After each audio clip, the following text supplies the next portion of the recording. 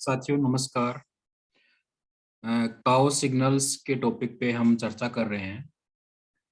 Cow signals का मतलब है डेयरी फार्म में गायों को देख के मैनेजमेंट को सुधारना। तो आज का जो अपना टॉपिक है काउ सिग्नल्स, उस पे हम बात करेंगे फीडिंग से रिलेटेड, पशुओं की चराई से रिलेटेड जो काउ सिग्नल्स है उसके बारे में आज हम जो बात करेंगे। तो साथियों, अगर हम बात करें कि पशुओं की चराई की जगह कैसी होनी चाहिए, तो उसके लिए सबसे पहले हमें ये देखना है कि जो पशु का स्पेस हम कितना दें, पशु को चराई करने के लिए स्पेस कितना होना चाहिए। तो कम से कम पशु की जो चौड़ाई है उसको आप स्टैंडर्ड मान सकते हैं। 60 सेंटीमीटर मिनिमम से मिनिमम एक बड़ी गाय को जो चराई का स्पेस है उसकी लंबाई होनी चाहिए 60 सेंटीमीटर। जितना ज्यादा स्पेस आप देंगे उतना पशु के लिए अच्छा है। 60 सेंटीमीटर से अच्छा 80 सेंटीमीटर है, और 80 सेंटीमीटर से अच्छा 1 मीटर अगर आप पशु को चराई करने की जगह देते हैं तो वो बेस्ट है। जितना आप कम स्पेस देंगे तो पशुओं की कंपटीशन की भावना बढ़ेगी, और जो डेयरी फार्म का जो सोशल ऑर्डर है, पशुओं का जो ऑर्डर है, उसमें नीचे के जो पशु हैं हो सकता है उनका ड्राई मैटर इंटेक अच्छा न रहे। तो स्पेस अपने को जो है वो करना है 60 सेंटीमीटर से ज्यादा। उसके बाद में जो भी पशुओं के फीडिंग स्पेस है, जो पशुओं की प्लेट है या फिर फीडिंग स्पेस जिसको हम बोलते हैं, उनकी उसकी हाइट कितनी होनी चाहिए। तो उसकी हाइट होनी चाहिए, पशु जब नेचुरली प्राकृतिक रूप से ग्रेजिंग करता है उस लेवल पे फीडिंग स्पेस को हमें रखना चाहिए। तो आप मान सकते हैं जमीन से 10 सेंटीमीटर ऊंचे तक अगर पशु की चराई की जगह है तो वो नॉर्मल है, नेचुरल है। आप अगर ऊंचाई ज्यादा कर देंगे तो प्राकृतिक रूप से पशु के मुंह के अंदर जो लार बननी चाहिए, सलाइवा निकलना चाहिए था, वो अगर आप ऊंची जगह पे पशु को चराएंगे तो वो सलाइवा कम निकलेगा और डाइजेशन इतना एफिशिएंटली नहीं हो पाएगा। तो आपको हाइट कितनी रखनी है? 10-11 सेंटीमीटर।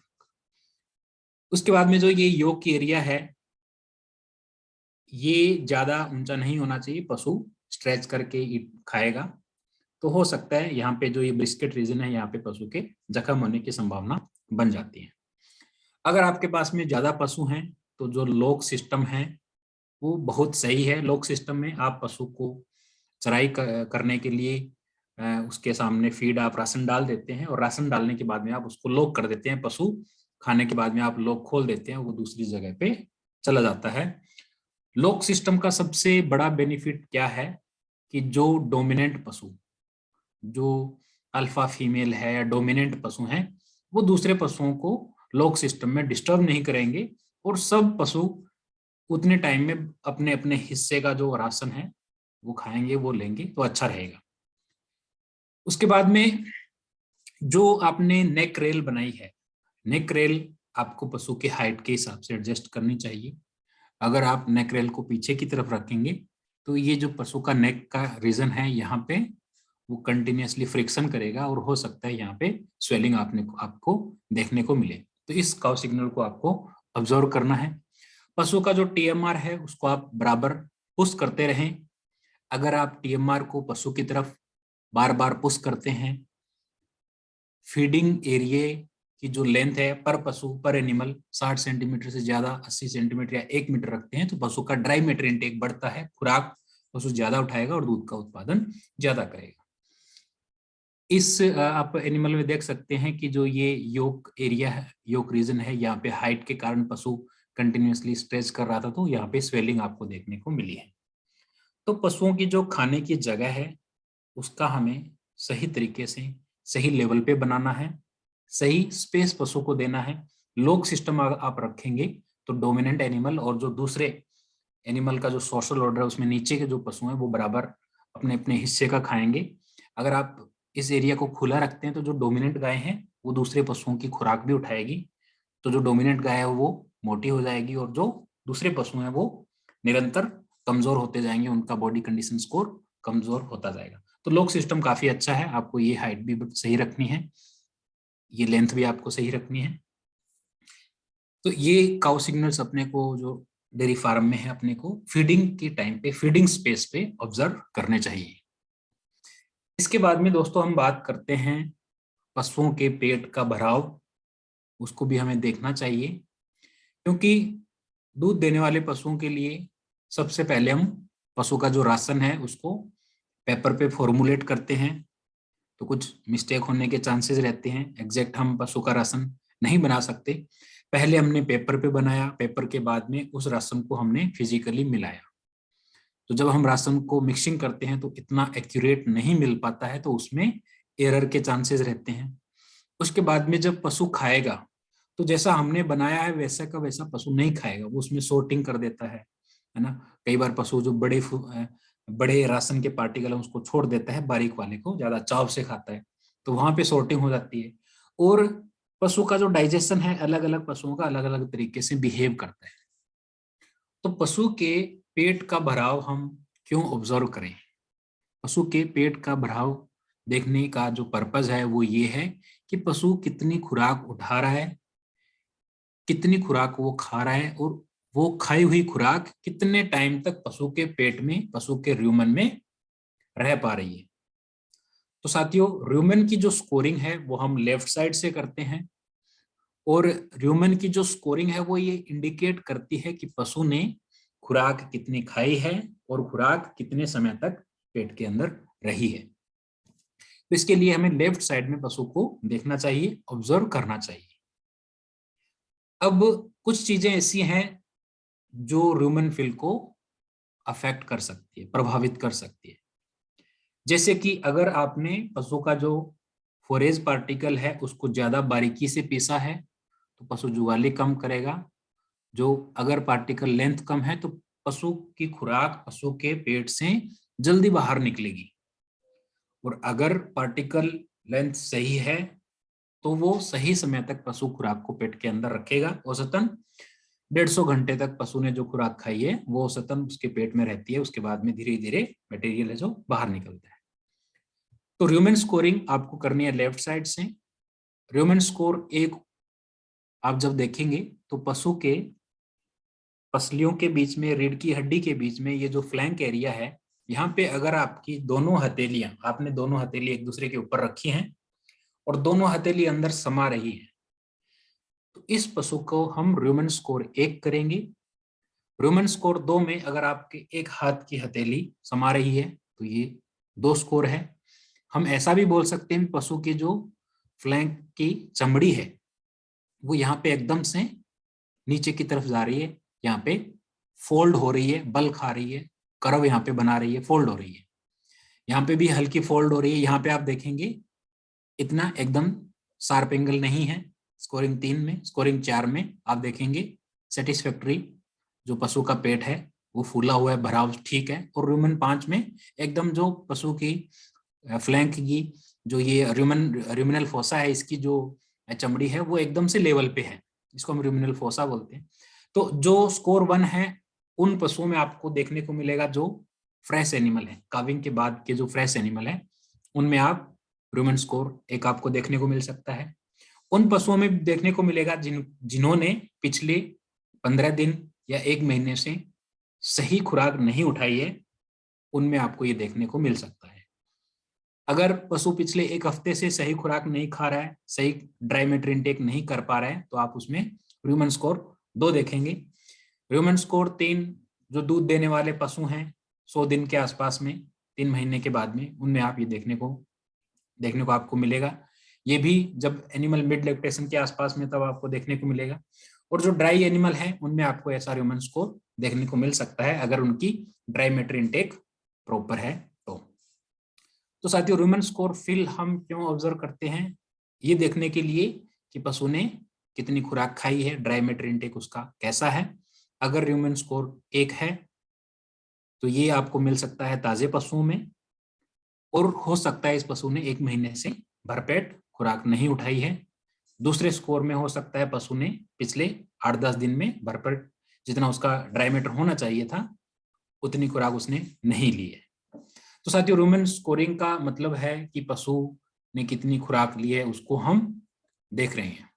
तो आपको निरंतर जो ग्रोविंग एनिमल है, ट्रांजिशन एनिमल है, ड्राई एनिमल है, लैक्टेटिंग एनिमल है, उनका ह्यूमन स्कोर आपको टाइम टू टाइम करना चाहिए। अगर ये ह्यूमन स्कोर आपको 1 महीने से ज्यादा देखने को मिलेगा तो ऐसे पशुओं में आपको बॉडी कंडीशन स्कोर भी कम मिलेगा, क्योंकि पशु भरपेट खुराक नहीं खा रहा है। तो ऐसे पशुओं में आपको आमतौर पे BCS है वो भी कम मिलता है। फिर अगर आप पशु की खुराक को ज्यादा बारीकी से पीस देते हैं तो उसमें जो फिजिकल इफेक्टिव फाइबर है उसका लेवल कम हो जाता है।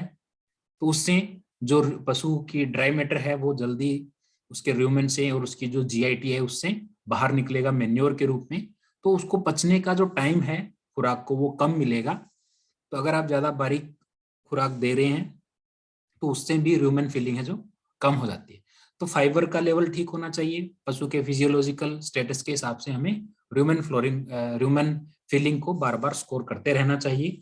जो कमजोर पशु हैं और जो डेयरी फार्म पे जो सोशल ऑर्डर है पशुओं का उसमें नीचे के लेवल के जो पशु हैं, जो कम खुराक खा रहे हैं, जो पशु डर रहे हैं, उनमें भी आपको हो सकता है ह्यूमन फीलिंग पर्याप्त न मिले, ह्यूमन फीलिंग का जो स्कोर है वो कम मिले। तो साथियों ह्यूमन फीलिंग आपको देखनी है। ये इंडिकेट करता है भी कितनी टाइम तक पशु ने कितनी खुराक खाई है और कितने टाइम तक वो खुराक पशु के पेट में रह रही है। अगर पशु को डायरिया है तो उसमें भी आपको ह्यूमन स्कोर कम मिल सकता है। अगर पशु ड्राई मैटर इनटेक कम ले रहा है तो भी ह्यूमन आपको खाली मिलेगा। इसके बाद में साथियों हम बात करते हैं पशु ने जो खुराक खाई है कितनी खाई है वो हमने ह्यूमन फीलिंग से देखा। खुराक कितनी डाइजेस्ट हुई है वो हम देख सकते हैं पशु के मैन्योर से या उसकी खाद को ऑब्जर्व करके। मैन्योर स्कोर 1 में पशु की जो खाद है उसमें पानी की मात्रा बहुत ज्यादा है, ऑलमोस्ट लिक्विड है। मैन्योर स्कोर में 2 में आप देखेंगे पानी थोड़ा कम हो गया। मैन्योर स्कोर जो 3 है वो नॉर्मल दूध देने वाले पशुओं का आपका मैन्योर स्कोर 3 आपको मिलेगा HF नस्ल की गाय के लिए। मैन्योर स्कोर 4 आप देखेंगे जैसा पशु मैन्योर खाद त्याग कर रहा है वो शेप आपको देखने को यहाँ पे मिल जाती है। तो ये आपको जो इंडिजिनस एनिमल है अपने देश की जो गाय हैं उनमें आपको ऐसा देखने को मिलेगा। और अगर आप पशु को पानी कम दे रहे हैं या पशु पानी कम उठा रहा है या फिर उसको हम सूखा चारा ज्यादा दे रहे हैं तो बाल्स के रूप में पशु मैन्योर पास करता है। तो इसको हम स्कोर पे 5 स्कोरिंग इसको हम देंगे। अब साथियों हम बात कर लेते हैं जो खाद की स्कोरिंग कर रहे हैं इससे आप 3-4 चीजें पता लगा सकते हैं। पहला है रंग, दूसरा मॉइस्चर का कंटेंट कितना है, तीसरा इसकी डाइजेस्टिबिलिटी कितनी है, कितना पशु की खुराक कितनी पाचित हो रही है, कितना उसका पाचन हो रहा है वो भी हम अंदाजा लगा सकते हैं। ग्रेन्स देख सकते हैं भी ग्रेन्स पे पशु जुगाली कर रहा है कि नहीं कर रहा, ग्रेन्स ज्यादा आप डाल रहे हैं कम डाल रहे हैं, तो वो चीजें भी हम इसमें ऑब्जर्व कर सकते हैं। इसके बाद में अगर हम बात करें जो सामान्य खाद है मैन्योर है वो आप देखेंगे इस लेवल की आपको देखने को मिलेगी। HF एनिमल की कहीं 2 और 3 के बीच में आपको देखने को मैन्योर का स्कोरिंग आपको मिल सकता है। अगर जैसे मैंने आपको बताया मोटी और सूखी है तो अधिक फाइबर आप दे रहे हैं। तरल खाद है तो ये इसमें बहुत कम फाइबर है, या फिर आप अनाज ज्यादा डाल रहे हैं, कार्बोहाइड्रेट्स ज्यादा डाल रहे हैं और पशु की जो फाइबर लेवल जितना होना चाहिए उतना उसको नहीं मिल पा रहा है, क्योंकि फाइबर से पशु जुगाली करता है। अगर अच्छा फाइबर है तो पशु जुगाली अच्छी करेगा। ज्यादा आप फाइबर कर देंगे तो एनर्जी का कंटेंट कम हो जाएगा, ऐसी मैन्योर एनिमल पास करेगा। अगर फाइबर बहुत ही कम है तो ऐसा मैन्योर एनिमल पास करेगा।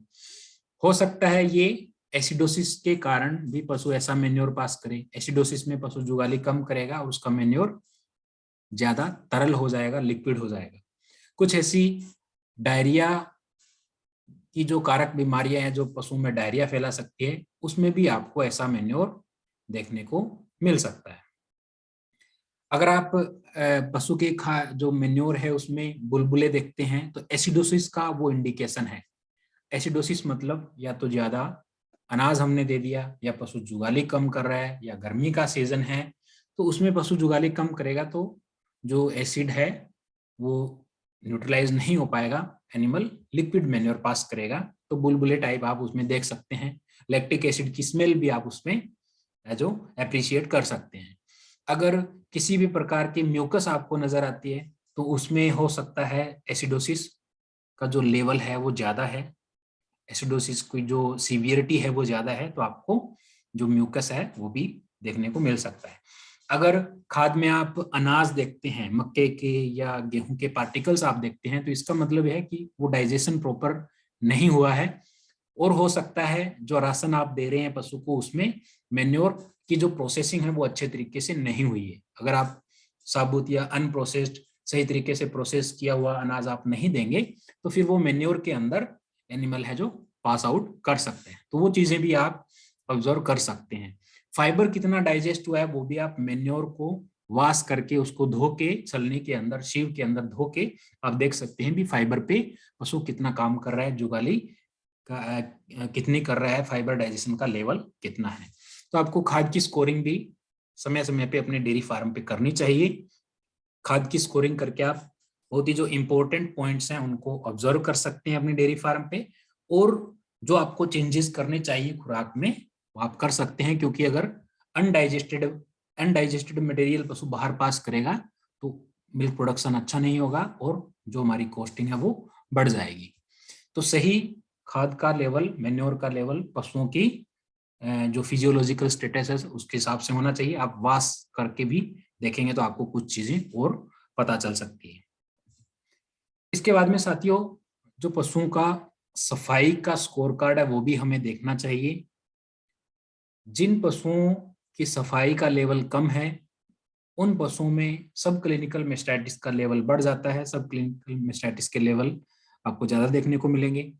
अगर सब क्लिनिकल और क्लिनिकल मेस्टाइटिस ज्यादा है किसी भी डेयरी फार्म पे तो वहां पे दूध का उत्पादन कम मिलेगा, फैट एसएनएफ कम मिलेगी, और फैट और एसएनएफ अगर कम मिलेगी, दूध का उत्पादन कम मिलेगा, तो अपना जो प्रॉफिट है डेयरी फार्म पे वो आपको कम मिलेगा।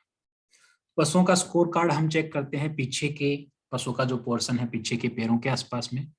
स्कोर कार्ड एक में आप देखेंगे पशु के पैरों पे, पीछे के हिस्से पे, लेवे पे किसी भी प्रकार की जो मेन्योर है वो नहीं लगी हुई है, तो ये बिल्कुल साफ है। ऐसे पशुओं का आपका दूध का उत्पादन ज्यादा मिलेगा, मेस्टाइटिस के इंसिडेंस भी ऐसे पशु में आपको कम देखने को मिलेगा।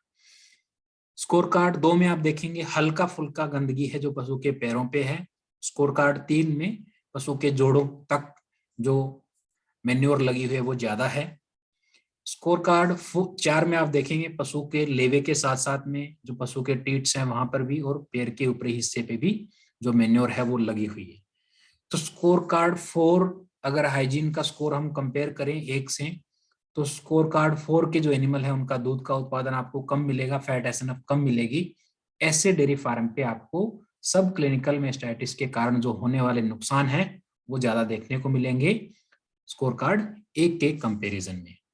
आपके डेयरी फार्म पे जो पशु हैं उनका स्कोर कार्ड इस लेवल पे होना चाहिए, स्कोर कार्ड 2 के आसपास होना चाहिए। 10% पशुओं का स्कोर कार्ड 3 के लेवल से ज्यादा नहीं होना चाहिए। अगर आप ऐसे एनिमल मेंटेन कर पा रहे हैं तो आप अपने डेयरी फार्म पे मेस्टाइटिस, सब क्लिनिकल मेस्टाइटिस को काफी अच्छे तरीके से कंट्रोल कर पाएंगे, और जो 10% नुकसान हो जाता है मेस्टाइटिस के कारण दूध उत्पादन का, वो नुकसान भी आप बचा पाएंगे।